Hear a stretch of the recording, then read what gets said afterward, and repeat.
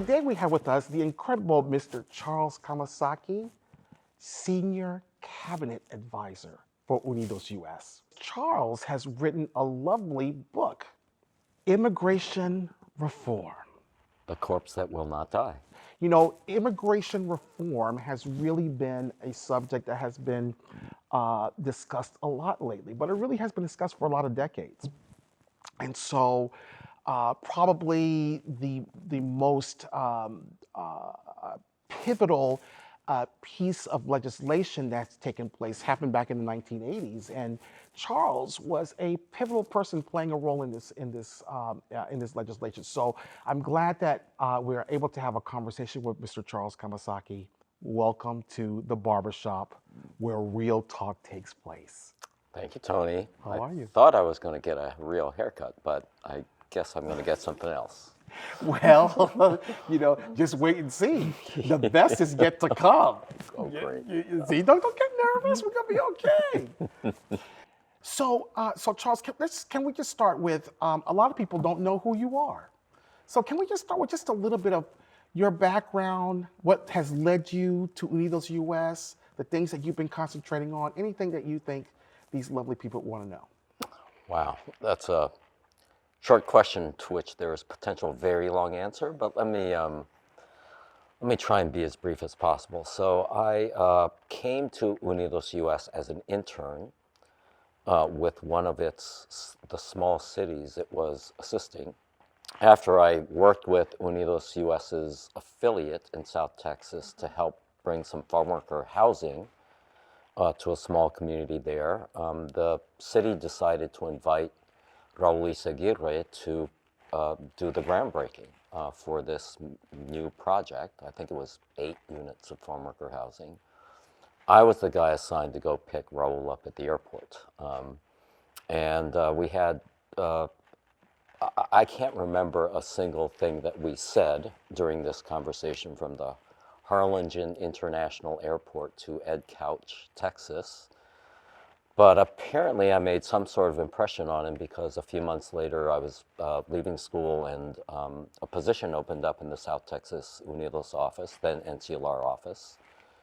And the head of the office, a guy named Reyes Cortez, called me up, and I knew him because he had been assisting us with this housing project. And Reyes said, I don't know why, but Raul is telling me I've got to interview you for this project, or for this position. So I interviewed, I got the job. About 2 years later, a position opened up in Washington, D.C. To work as a housing policy analyst. I said, what the hell? I don't have anything better to do. I'll go to D.C. for a couple of years.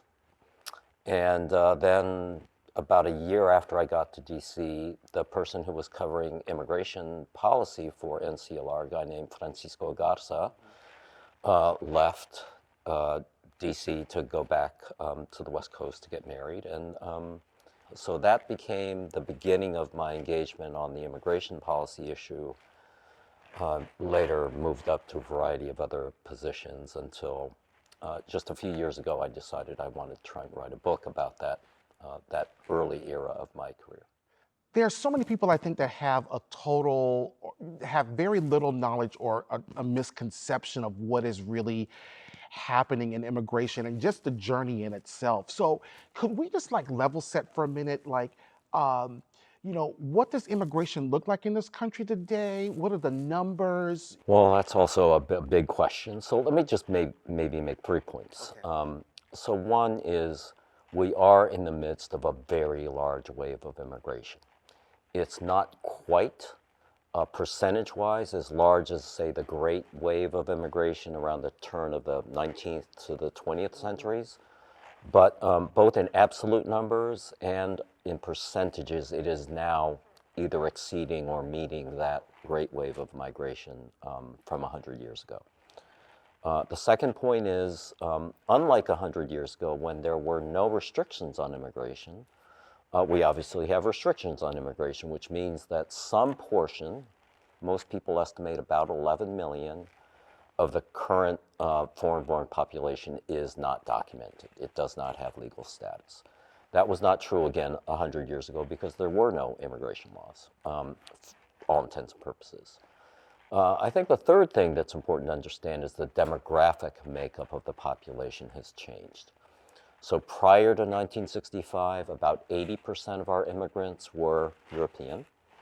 And post 1965, which was the time of great major immigration reform, post 1965, about 80% of our immigrant population has been people of color, people mainly from Latin America and Asia. You decided to write a book about this journey. What was the impetus for that? What was the thing that said, I really need to sit down and document this and share this with readers? You know, Tony, it's a weird thing. These things seem to come together sometimes by accident and sometimes with a purpose. So there were a couple of things happening at UnidosUS. I had been at the organization for some 30 years. Come 2012, we were in the midst of a restructuring. I honestly wasn't sure how much longer I wanted to be have so much management responsibility. So there was kind of a internal moment of reckoning moment. The second thing that happened was I was in an informal lunch conversation with a bunch of people who were engaged in the original IRCA, the Immigration Reform and Control Act of 1986. And kind of out of the blue, one of the people in the conversation said, you know, there just aren't any good books on IRCA. And yeah, then we started talking about, we all agreed about the shortcomings of the existing books and what needed to be written and what needed to be said. And this guy, his name is Skip Endress. He's a former staff director for the Judiciary Committee, said, out of the blue, Charles, you should write the book. You know, it was nice to hear that, but I kind of took it with a grain of salt. Right. And then time goes by, I get a call from a donor, from an advisor to a donor. And this is very common in DC. There are a bunch of anonymous donors that like to do their giving through advisors. And I knew this guy, and he called and he said, my guy, my donor, wants to commission a book about immigration reform. And people tell me you're the guy who ought to write it. Are you willing to do it? And, you know, it just kind of, because of these three seemingly unrelated events, I thought, yeah, I think I want to do this. Yeah, so it looks like the universe was trying to tell you something. You know, or after the fact, I'm constructing something that was otherwise random. It's hard to know. So 1986, lots of discussion happening. Everybody's trying to figure out what to do. Lots of various views on the issue.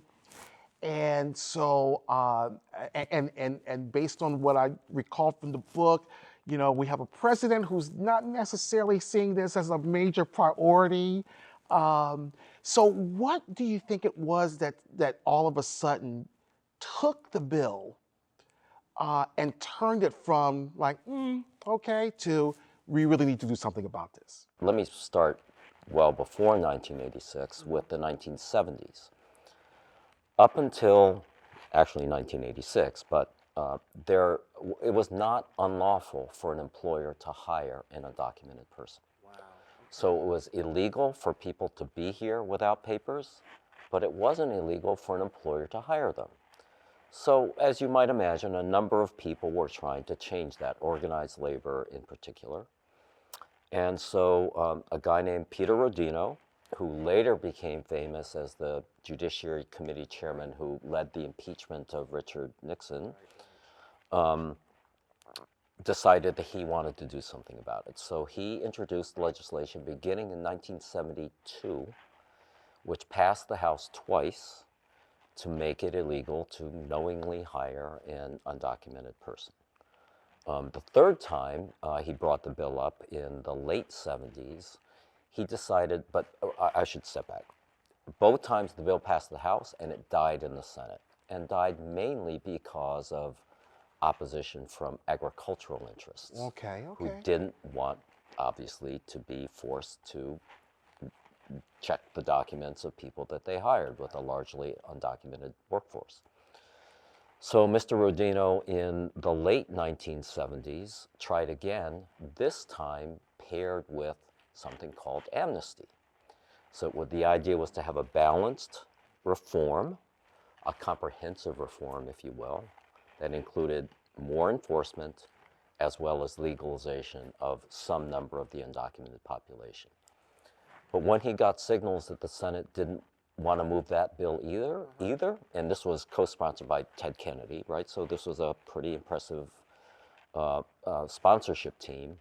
He said, I'm not even going to try and move my bill. Instead, I want to start a commission. I want to authorize the creation of a commission to study the problem and to come back with recommendations. So that commission, very august, very impressive, reported back at the beginning of the new administration, the new Reagan administration, a report that recommended what it called a three-legged stool that actually turned into a four-legged stool. So the three legs were employer sanctions, making it unlawful to knowingly hire an undocumented person, a legalization, a limited legalization of some of the undocumented people there, tougher border enforcement, and then on the final issue of what should we do about agriculture, should there be some sort of temporary worker program, as I say in the book, in the vernacular of the time, the commission showed a little leg.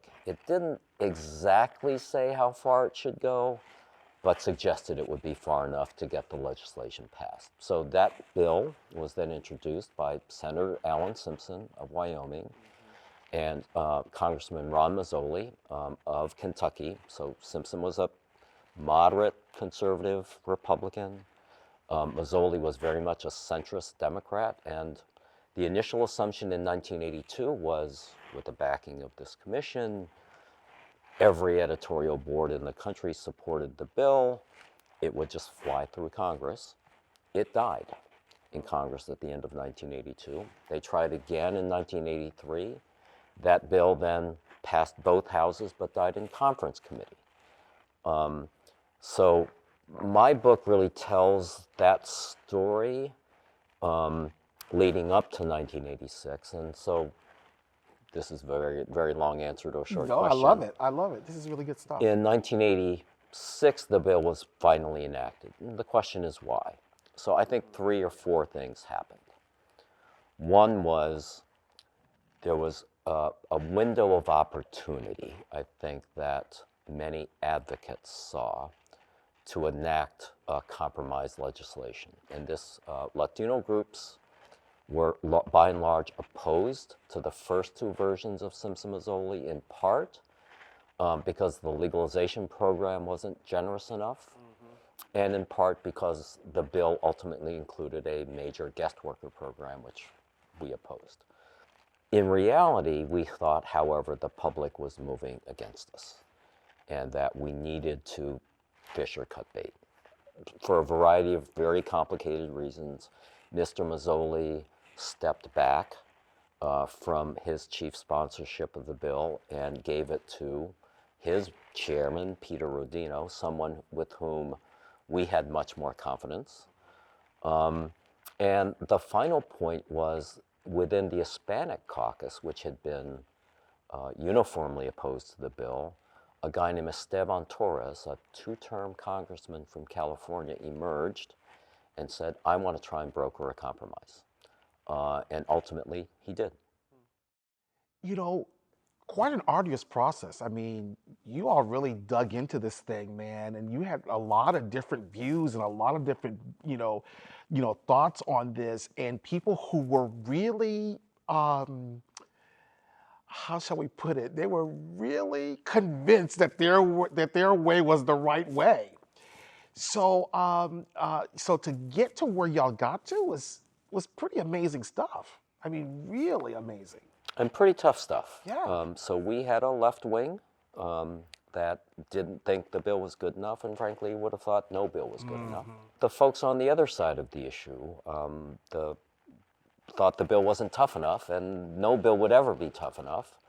And somehow the various interests came together, and it's never a simple story, and it's a fascinating story. It's full of smoke-filled rooms and secret deals and backstabbing and intrigue.